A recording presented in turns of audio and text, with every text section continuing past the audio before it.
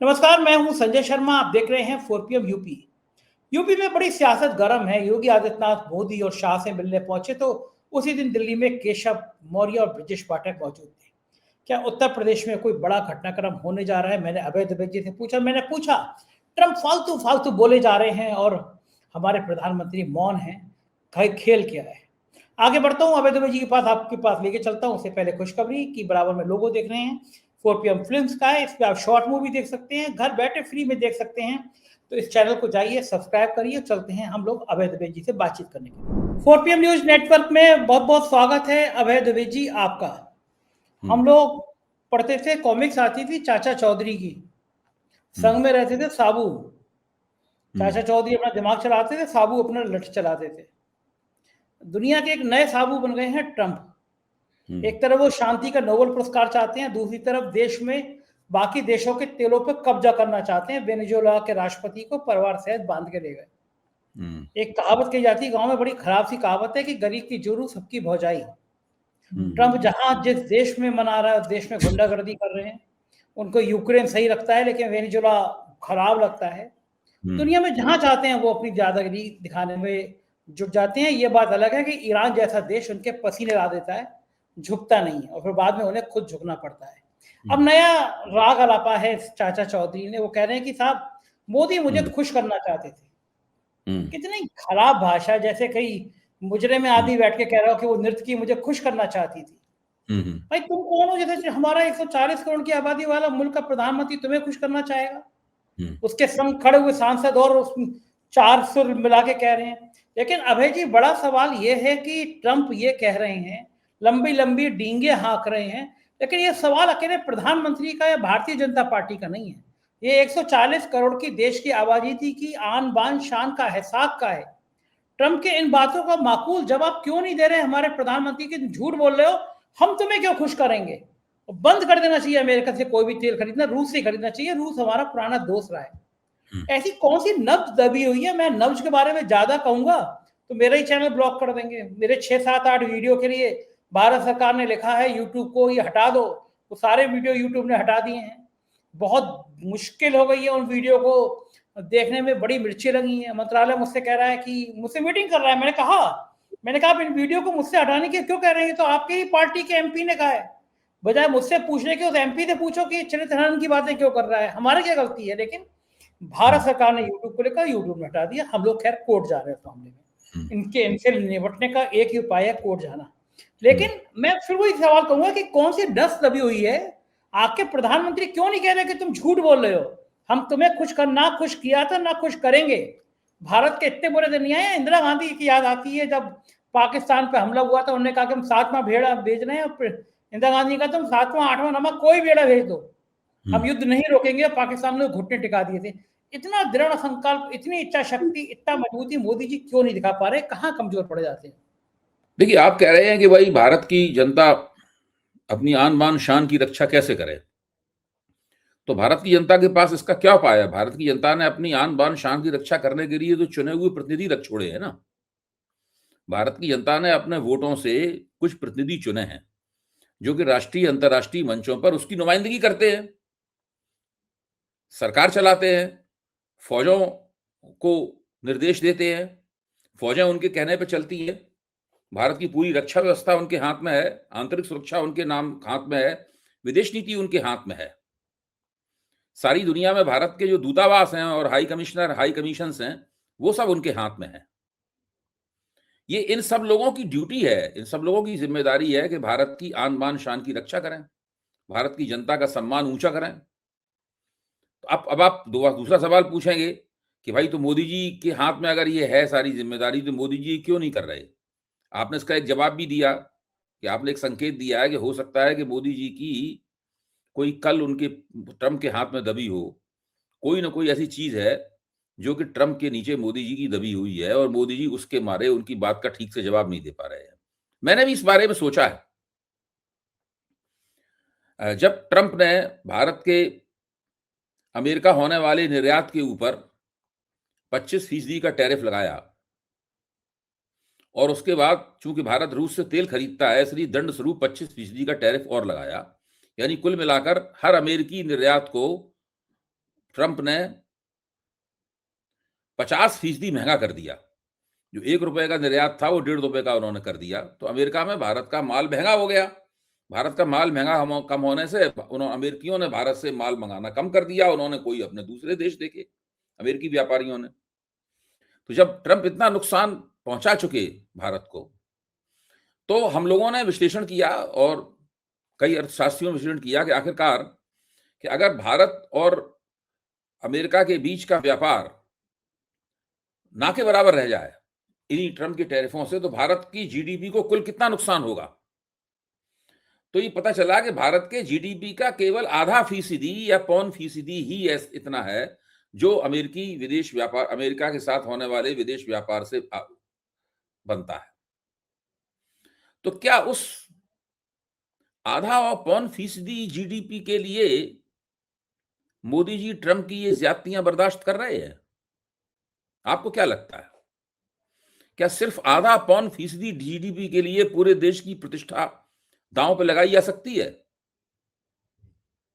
जो बातें ट्रंप के करीबी सेनेटर लिंडसे ग्राहम ने कही हैं और जो बातें उन्हीं के साथ खड़े हुए डोनाल्ड ट्रंप ने कही हैं, अगर कोई मेरे और आपके बारे में कहे तो हम तो बर्दाश्त न करें। मैं तो जाके उसको लाफा मार दूंगा या उसको चुनौती दूंगा कि तुम्हारी क्या मजाल है। हम और आप मिलकर उसके खिलाफ वीडियो बनाएंगे और उसका भूसा निकाल देंगे। लेकिन यहां पे क्या कहा जा रहा है, एक बार सुन लीजिए क्या कहा गया। अमेरिकी सांसद लिंडसे ग्रीन सेनेटर क्या कह रहे हैं? मैं 1 महीने पहले भारतीय राजदूत के घर पर था। सुनिए, मैं 1 महीने पहले भारतीय राजदूत के घर पर था, तो वे सिर्फ इस बारे में बात करना चाहते थे कि भारत कैसे रूस से कम तेल खरीद रहा है।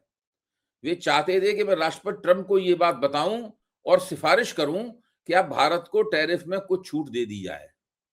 यानी भारत का राजदूत अभी एक अमेरिकी सेनेटर से चिरौरी कर रहा था कि हमने रूस से तेल कम खरीदना शुरू कर दिया है, इसलिए अब हमें उस टैरिफ से छूट दे दी जाए जो कि 25% दंड स्वरूप लगाया गया है। जिस वक्त लिंडसे ग्राहम ये कह रहे थे, बगल में डोनाल्ड ट्रंप भी खड़े हुए थे, वो भी दिखाई पड़ रहे हैं उस वीडियो में, और सामने पत्रकार लोग खड़े हुए हैं अपनी नोटबुक लिए हुए, अपना वो सब लिए हुए, माइक वगैरह लिए हुए खड़े हुए हैं। वो सारा पूरा वीडियो है।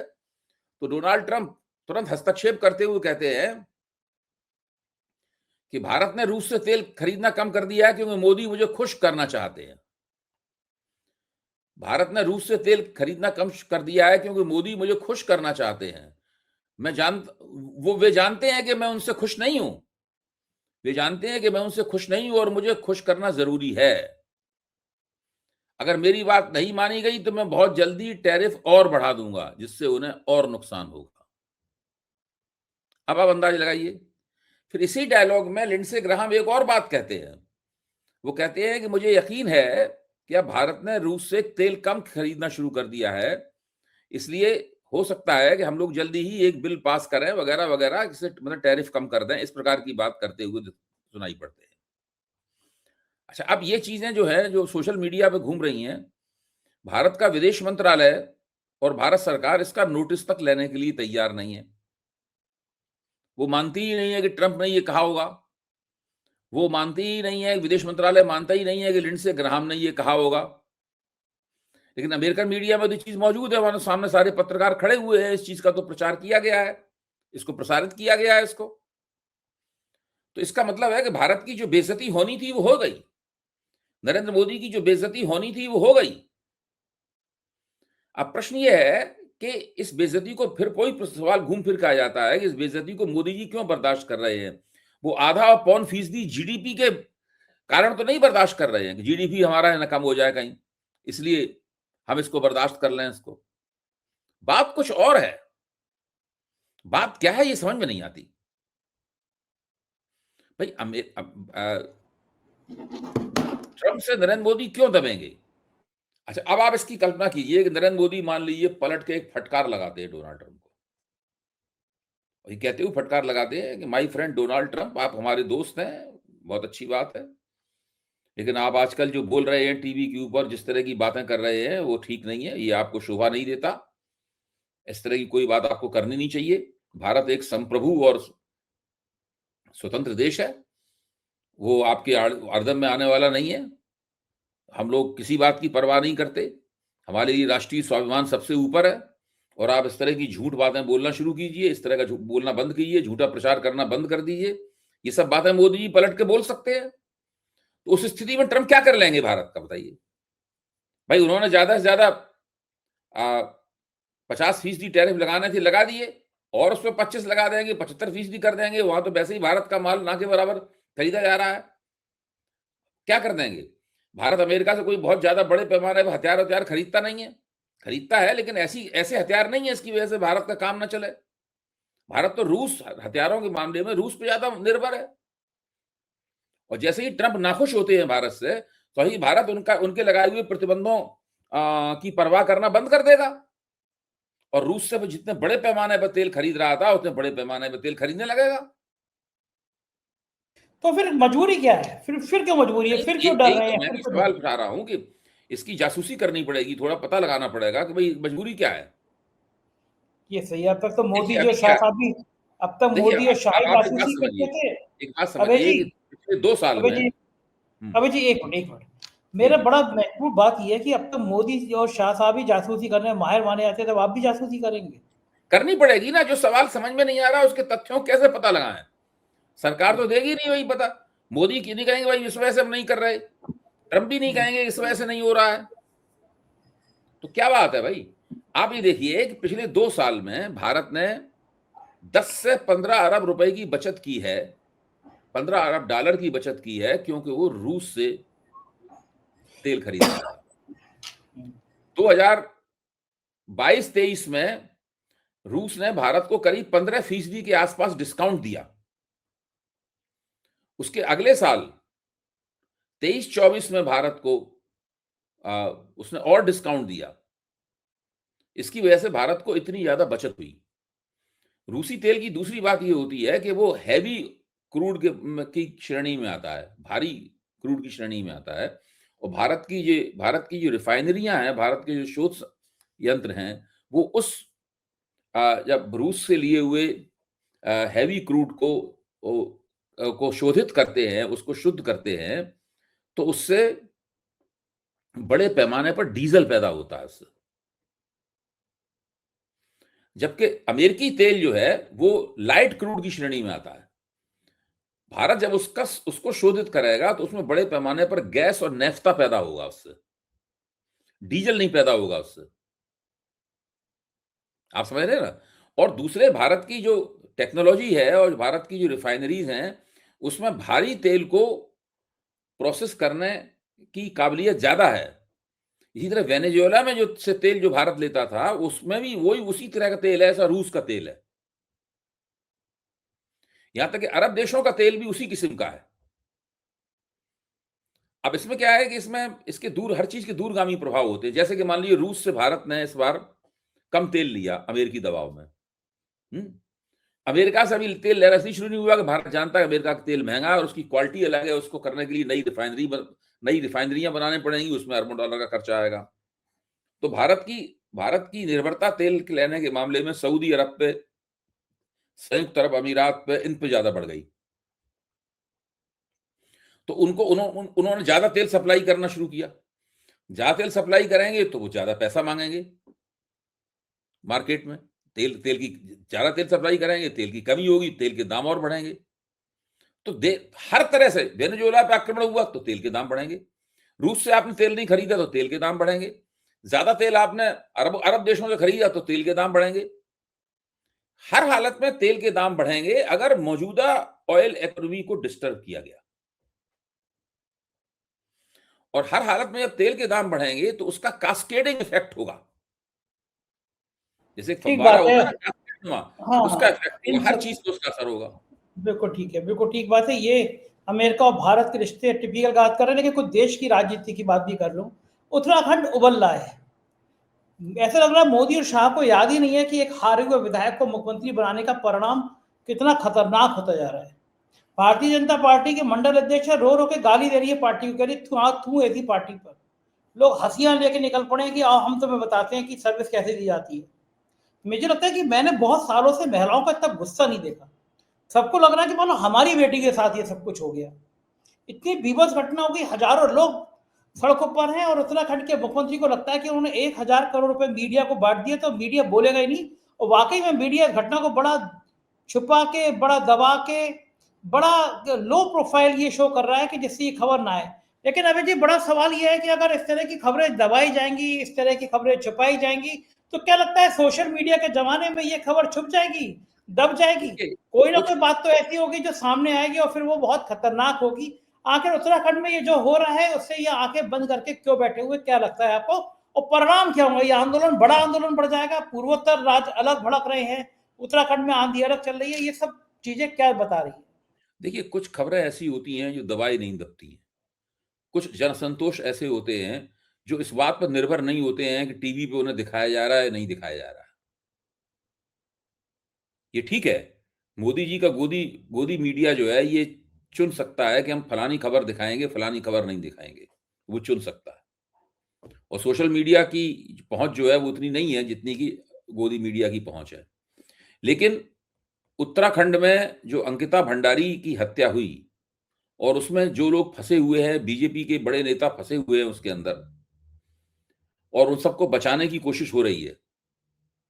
और आंदोलन लगातार पहले से ज़्यादा और उग्र होता जा रहा है। जनता के बीच में और लगातार फैलता जा रहा है। इस बात को पुष्कर सिंह धामी भी जानते हैं। अभी जब वो दिल्ली आए तो उन्हें पत्रकारों ने घेर लिया। पत्रकारों ने उनसे पूछा तो उन्होंने कुछ जवाब नहीं दिया, चुपचाप खड़े रहे, सिर नीचे झुकाया और वहाँ से बिना कुछ कहे हुए चले गए। उनका वो चेहरा टीवी टीवी ज़रूर दिखाई दिया कि पुष्कर सिंह धामी ने किसी बात का जवाब नहीं दिया। अच्छा, टीवी पे जो बड़े-बड़े विज्ञापन देते हैं, वो तो बिल्कुल पत्रकारों को पटाने की कोशिश है, जनता का उसके ऊपर कोई असर नहीं होता। अगर टीवी पे दिए गए बड़े-बड़े विज्ञापनों की बात होती, तो मोदी जी 2024 में चुनाव नहीं हारते, बहुमत नहीं हारते। वो तो उन्होंने बहुत विज्ञापन दिए थे, उनसे ज़्यादा कोई विज्ञापन दे नहीं सकता है। बहुत-बहुत विज्ञापन देने वाली पार्टियाँ चुनाव हार जाती हैं, बीजेपी हो चाहे कोई और पार्टी हो। चुनाव जब हारना होता है, जनता हराती-जिताती है, विज्ञापन हराते-जिताते नहीं है। मेरा मानना ये है कि ये अंकिता भंडारी वाली हत्या जो है, जो बीजेपी की सत्ता में आने के बाद में जो एक लंपटपन का कोहराम सारे देश में मचा है, जिसमें बीजेपी के बहुत से नेता खुलेआम शामिल पाए जाते हैं और जिस प्रकार की चरित्रहीनता दिखाई पड़ रही है, जिस तरीके से चारों तरफ फलाने नेताओं का नाम चल रहा है कि ये वो उसके साथ है, वो उसके साथ है, कानाफूसी की खबरें लगातार आती आती रहती हैं। मैं तो कभी भी इनके नाम नहीं लेता क्योंकि अब तक प्रमाण ना हो, नाम नहीं लेना चाहिए। ये मेरे कानों में खबरें लगातार पड़ती रहती हैं। ये जो पूरा माहौल बना हुआ है, इस माहौल से बहुत उत्तराखंड में भारतीय जनता पार्टी को ज़बरदस्त और भयानक राजनीतिक नुकसान हो रहा है। और चूँकि ये लोग हस्तक्षेप नहीं कर रहे हैं आला-कमान की तरफ से, दोषियों को सज़ा दिलाने के लिए कोई उपाय करते हुए नहीं दिखाई पड़ रहे हैं और सोच रहे हैं कि धीरे-धीरे करके लोग थक जाएँगे, माँग करते-करते थक जाएँगे, घरों में जाके बैठ जाएँगे और इनकी गाड़ी पहले की तरीके से आराम से चलती रहेगी। ये 4 लेन बनाते रहेंगे और पहाड़ धसकते रहेंगे, पर्यावरण से उत्तराखंड बर्बाद होता रहेगा। ये सारी प्रक्रिया चलती रहेगी। अगर ये सब मानते हैं, तो ये गलतफ़हमी में हैं। भले ही आंदोलन कुछ दिनों बाद थक के बंद हो जाए, लेकिन लोगों के मन में इन लोगों के प्रति गुस्सा स्थायी रूप से बैठ जाएगा और वो चुनाव में निकलेगा। देखिए, उत्तराखंड एक ऐसा राज्य है जिसने अभी से नहीं, मैं ये मानता हूं कि उत्तराखंड में भारतीय जनता पार्टी का समर्थन आधार शायद देश के किसी भी अन्य राज्य के मुकाबले पुराना और स्थायी किस्म का है। उत्तराखंड में आपको बहुत ना के बराबर दलित मिलेंगे आपको। आबादी का प्रतिशत में ना के बराबर दलित हैं, ना के बराबर ओबीसी है उत्तराखंड में। उत्तराखंड में ना के बराबर मुसलमान हैं। उत्तराखंड मुख्य तौर पर विप्र भूमि है। मतलब ब्राह्मण ठाकुरों का प्रदेश है उत्तराखंड। और भारतीय जनता पार्टी के प्रति बहुत स्वाभाविक रूप से उस प्रदेश के अंदर आकर्षण है। उत्तराखंड से आए हुए बहुत सारे अफसर और बहुत सारे फौजी अफसर नरेंद्र मोदी के जमाने में बड़ी ऊंचाइयों पर पहुंचे। उनमें बिपिन रावत एक थे, जनरल बिपिन रावत एक थे, जिनको सीडीएस बनाया गया था। अजित डोभाल भी उत्तराखंड से आते हैं। तो उत्तराखंडियों का मोदी सरकार के साथ में एक अंतरंग संबंध है वो लोग मोदी सरकार को हमेशा समर्थन करते रहे। बहुत समर्थन है बीजेपी का उत्तराखंड। ऐसे में कम से कम अगर मणिपुर जब जलता रहा और मोदी जी ने मणिपुर की तरफ नजर भी नहीं फेरी, तो कम से कम उत्तराखंड की तरफ तो फेरनी चाहिए। अब उत्तराखंड जल रहा है, मणिपुर की भांति ही जल रहा है। अब ऐसे जिस तरह मणिपुर की उपेक्षा की, उस तरह उत्तराखंड की उपेक्षा तो नहीं करनी चाहिए। मणिपुर तो छोड़ दीजिए, उत्तर पूर्व का एक राज्य है, कि उत्तराखंड तो बिल्कुल बीजेपी में जिन बिरादरियों के लोग बीजेपी पे हावी है, उन्हीं बिरादरियों का प्रांत है उत्तराखंड। तो उत्तराखंड की तरफ तो मोदी जी को अपनी नजर डालनी चाहिए और उत्तराखंड को तो इंसाफ दिलाना चाहिए। एक महत्वपूर्ण बात यह भी है कि उत्तर प्रदेश की राजनीति बहुत नई नई अंगड़ाई ले रही है। दिल्ली और योगी आदित्यनाथ के बीच रिश्ते अच्छे नहीं हैं, सब जानते हैं। अब योगी आदित्यनाथ दिल्ली पहुंचे हैं, उन्होंने प्रधानमंत्री और अमित शाह दोनों से मुलाकात की है। ये अच्छा संकेत है कि पार्टी के नेता के आपस में बातचीत हो, मुलाकात हो। लेकिन ये वो तब पहुंचे हैं, दोनों डिप्टी सीएम ब्रजेश पाठक और केशव मौर्य भी बताया जाता है दिल्ली में। आप सोचो, एक ही जहाज से आ रहे हैं। अगर अच्छा हो कि जब प्राइम मिनिस्टर से, होम मिनिस्टर से मान लो उत्तर प्रदेश के मंत्रिमंडल विस्तार की बात करनी है या उत्तर प्रदेश के विकास की बात करनी है, तो उसी चार्टर में योगी जी आ जाए, उसी में दोनों डिप्टी सीएम बैठ के आ जाए। इसका मतलब ये तो दिल्ली के अंदर मठ के अलग अलग केंद्र है ना। एक में केशव मौर्य और ब्रजेश पाठक दोनों एक तराजू में बैठेंगे और एक तराजू में योगी आदित्यनाथ बैठेंगे, और तुला जो है, वो जो कमान जो है, वो दिल्ली के हाथ में होगी। आपको लग रहा है कि उत्तर प्रदेश में कुछ बड़ा राजनीतिक घटनाक्रम घट सकता है? ये जो बार बार खासतौर से कोडिन भैया वाला मामला, धनंजय सिंह वाला मामला जिस तरह से लगातार तूल पकड़ गया, और धनंजय सिंह के खिलाफ कोई पुलिस जांच भी नहीं हुई, उसे बता दिया कि योगी आदित्यनाथ के ऊपर ये भूत सवार है कि वो एक ठाकुर नेता के रूप में स्थापित हो जाएं भारतीय जनता पार्टी के अंदर राजनाथ सिंह की जगह। क्या लगता है कि उत्तर प्रदेश की राजनीति में कोई बड़ा घटनाक्रम हो सकता है? देखिए, होने के लिए कुछ भी हो सकता है, लेकिन अभी जो मुझे लग रहा है, मेरा जो आकलन है वो मैं आपके सामने रखने जा रहा हूं। मेरा मानना है कि इस वक्त नरेंद्र मोदी और अमित शाह योगी आदित्यनाथ के साथ मिलकर बीच का रास्ता निकालना चाहते हैं। इस वक्त इसलिए बीच का रास्ता निकालना चाहते हैं कि उन्हें चुनाव लड़ना है। वो समझ चुके हैं कि योगी आदित्यनाथ को अब हटाया नहीं जा सकता। हटाना फिलहाल योगी आदित्यनाथ को लगभग नामुमकिन है। जिस व्यक्ति को हटाया नहीं जा सकता है, जिस व्यक्ति को मुख्यमंत्री बनाए रखकर उन्हें चुनाव लड़ना है, जाहिर है कि उसी के कहना पड़ेगा कि इनके नेतृत्व में चुनाव लड़ाई। तो नहीं कह सकते कि ये मुख्यमंत्री हैं, इनके नेतृत्व में हम चुनाव नहीं लड़ रहे। भले ये ना कहेंगे नहीं ये मुख्यमंत्री बनाएंगे, ये तो मानना ही पड़ेगा कि भाई ये इन्हीं की लीडरशिप में चुनाव हो रहा है। जिस व्यक्ति की लीडरशिप में चुनाव हो रहा है, ये मानना पड़ेगा उन्हें मंच पर। तो उस व्यक्ति के साथ में एक कोई बीच का रास्ता इनको निकालना पड़ेगा, ताकि चुनावी मुहिम में दोनों पक्षों के बीच की मुठभेड़ें चुनावी मुहिम का नुकसान ना करें। उत्तर प्रदेश का चुनाव जीतना है भाजपा को। किस तरह जीतना है इसका एक अंदाजा हम लोगों को है। हम लोग इसका आकलन 4PM के दर्शकों को बता चुके हैं कई बार। कम से कम बहुमत तो आना ही चाहिए, बहुमत से ज्यादा ना आ पाए इसकी कोशिश है, और इसके लिए पूरी तिकड़म की जा रही है। SIR के जरिए पूरी तिकड़म की जा रही है, और उस तिकड़म को योगी आदित्यनाथ अच्छी तरीके से समझ रहे हैं। इसीलिए उनके पिछले दिनों जो वक्तव्य आए वो इसी तरफ इशारा थे कि अगर उत्तर प्रदेश में सीटें कम मिलती हैं भारतीय जनता पार्टी को, तो वो ठीकरा उनके दरवाजे बिना फूटे, वो संगठन के दरवाजे फूटे। इसीलिए उन्होंने नए नवनिर्वाचित अध्यक्ष जो थे उनके सामने ही कहा कि 4 करोड़ वोट कट रहे हैं, जाइए सब लोगों को भेजिए, कार्यकर्ताओं को, उन वोटों को बचाएं। ठीक बात है, बड़ी हाँ, ये सारी तिकड़म चल रही है उसमें। मेरे ख्याल से ये बीच का रास्ता निकालने की ये कोशिश है, क्योंकि भाजपा में एक प्रवृत्ति है कि जो भी आपसी विवाद हो वो कम से कम चुनाव की अवधि में वो उसको कोशिश करते हैं कि उन आपसी विवादों को चुनावी मुहिम पर हावी ना होने दिया जाए।